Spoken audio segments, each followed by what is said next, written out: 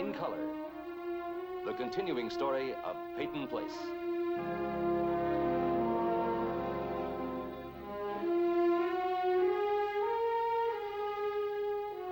Starring Dorothy Malone as Constance Mackenzie, Ed Nelson as Michael Rossi, Ryan O'Neill as Rodney Harrington, Barbara Parkins as Betty Anderson, Tim O'Connor as Elliot Carson, Christopher Connolly as Norman Harrington, Patricia Morrow as Rita Harrington, James Douglas as Stephen Cord.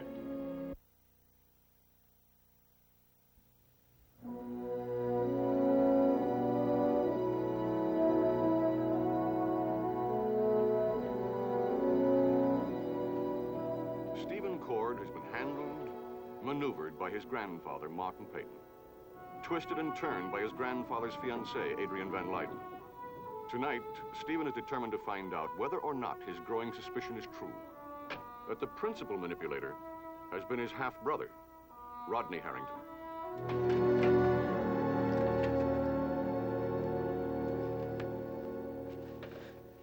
What do you want? I want the truth, Rod. You have been playing Martin Peyton's game all along, haven't you? Waiting for him to wreck my marriage. Waiting so you could step in and pick up all the marbles. Mrs. Cord and 10 or 15 million, or was it 20? Without getting your little hands dirty. You woke me up for this? All your noble talk about grandfather's marriage, freeing us to live our own lives. What a hypocrite. I meant that. You knew all along Adrienne was brought here to foul up Betty and me. I knew nothing. All you had to do was wait. And that's just what you've been doing, isn't it? Sitting around waiting for it to fall in your lap in a tidy little package. Listen, maybe you don't have anything to do tomorrow morning, but I do. Now, will you just catch the light on your way out, please? I've got to know. Will you cut it out? Now, you knew all along, admit it. I knew nothing, You're lying. Now, listen, I don't want your money. I don't want your wife. I don't even want the bother of fighting with you. You're not gonna get her, because I'll never let her go, ever. Now, get that through your thick head. Tell that to your grandfather, too, the next time you see him.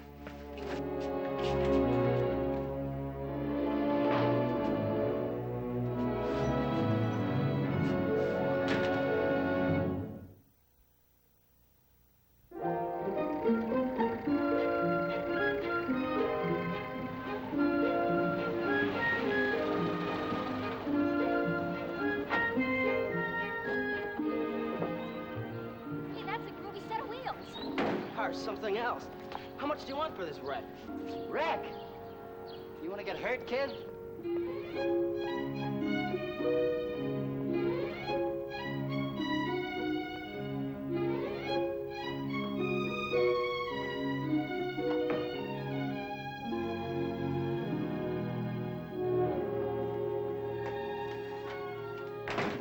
Mr. Cord, Eddie Jacks. Rita's father? Give that man $2 silver. Well, what's so urgent, Mr. Jacks?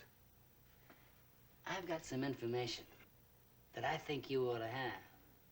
How much? Huh? Am I supposed to make an offer, or has the price been fixed? Oh, you think I'm selling it. But of course you're not. When a fella leaves town the way I did, his reputation lingers on. I guess you've heard about me.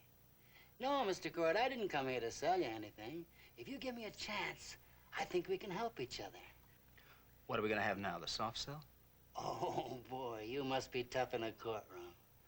I've got some information about the background of Adrienne Van Leyden that I'm gonna give you gratis.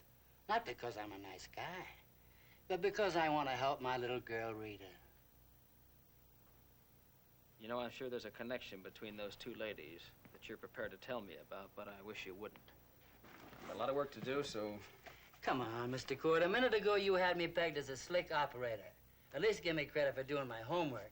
Now, if Mr. Peyton carries through with his plans to marry this woman, you and your brothers, your half-brothers, Norman and Rodney, stand to lose a fortune, you know? And Norman's wife, my little girl, my sick, pregnant little girl, will be out in the cold. Your concern is very touching. I guess I deserve that. I walked out on Rita when she was a baby, and now, 18, 19 years later, I come back just as broke as I was the day I skipped out. I hate to interrupt your sad story, Mr. Jacks, but Is there a point to it? The point is that I've got nothing but excuses to give to Rita. Now, she can't get well and have her baby and raise him the way I'd like to have her do. On excuses. You got me all choked up.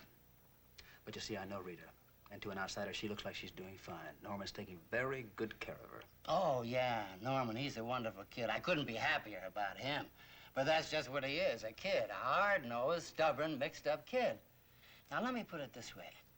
I want my little girl to get everything that's coming to her.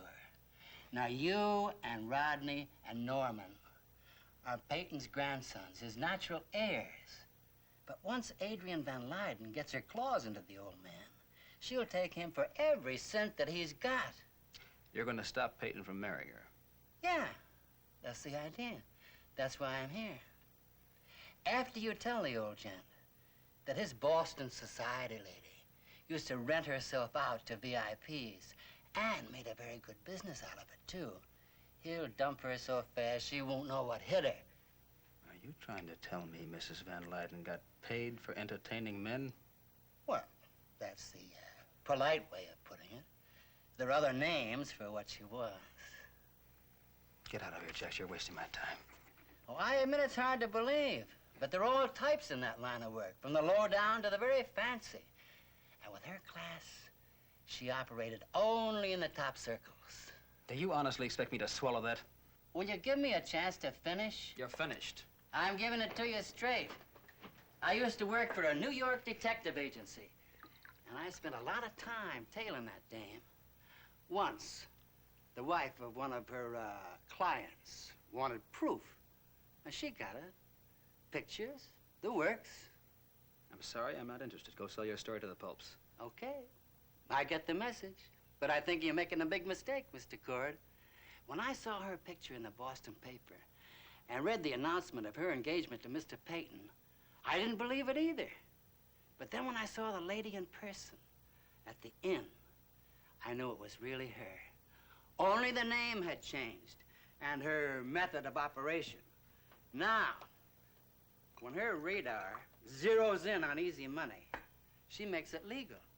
She gets the sucker to marry her. Close the door on your way out.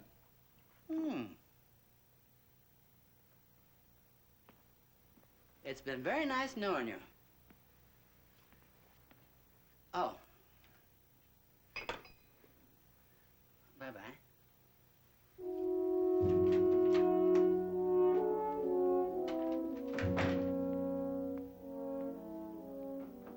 Mrs. Nolan. Yes, sir. Find the form book covering incompetency proceedings. I've got it, Mr. Cord. Bring your pad in. I want to dictate a petition. Bye-bye, honey. Thanks for everything.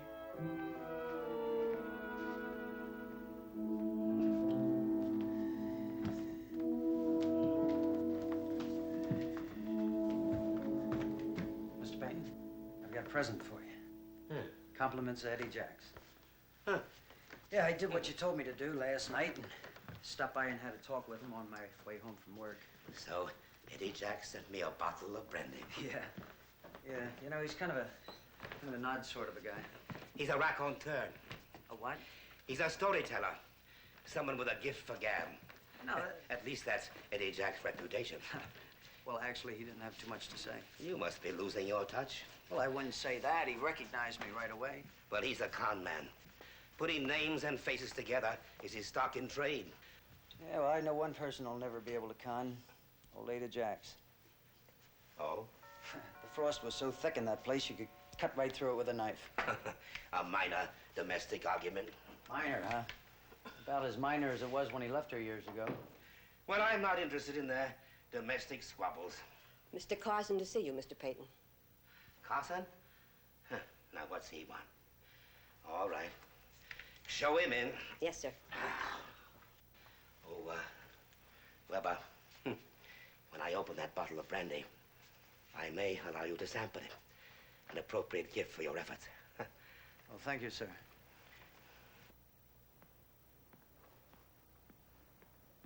Well, Carson? Mr. Peyton, I'd like to talk with Mrs. Van Leyden. I thought I made myself quite clear over the phone. You gave me a brief statement. That's what I wanted. Covering the obvious announcements of the wedding, and you gave me a date. but I want more. Well, what you want and what you'll get are two different things. Well, Mr. Peyton, I'm not in the habit of begging for social news. Then don't? Weddings bore me. Good. But unfortunately, the name of this town is Peyton Place. And the mill that supports this town is named Peyton. Now, I'm sure you'll agree with me that the man who, well, bears this name, when he decides to get married, it's news. I don't agree. Is Mrs. Van Lyden in? Mrs. Van Lyden shares my point of view. About what, Martin? Mrs. Van Lyden? Yes. Oh, I'm Elliot Carson. I'm the editor of the Clarion. And I'm Martin Peyton. Along with wars and nuclear devices, I'm a subject of news. Well, if you gentlemen will excuse me. Mrs. Van Lyden, Yes? I came here to see you. Little old me? Yes. You were at one time married to a very prominent scientist, and now you're about to marry Mr. Peyton. And I'd like to ask you a few questions. They're very personal questions. I want you to leave now. Tell me, how did you meet Dr. Van Lyden? Why? Oh, just consider I'm a rude, uncouth newspaper man who likes to ask rude, uncouth questions. Really, Carson? No, it's all right, Martin. Actually, I met Dr. Van Lyden while on safari in Africa. I was hunting the famous off-striped zebra, which, as you undoubtedly know, is the zebra with the stripe running the wrong way. I finally spotted one in a clearing. I took dead aim and fired. You can imagine my horror when I realized I'd shot a man. That man turned out to be Dr. Van Lyden, who was wearing a striped shirt. It was awful. That's very good. You've got a very good sense of humor. Anything else? Yes. I'd like to know how you met Dr. Van Lyden. Oh, I met him at a party. At a party? Just like that? Just like that. What kind of a party? Oh, I don't know. I guess it was some sort of, charity affair. I see. How would you sum up your relationship with the doctor? Would you say supportive? Hard-working man. Obviously, he was a genius. Yes. Yes, what? Yes, as you said, he was a genius. And, well, my part, of course, would be described as supportive like any other wife. I gave him affection and companionship, understanding. Stop it, Adrienne. Carson, this is my house. Get out.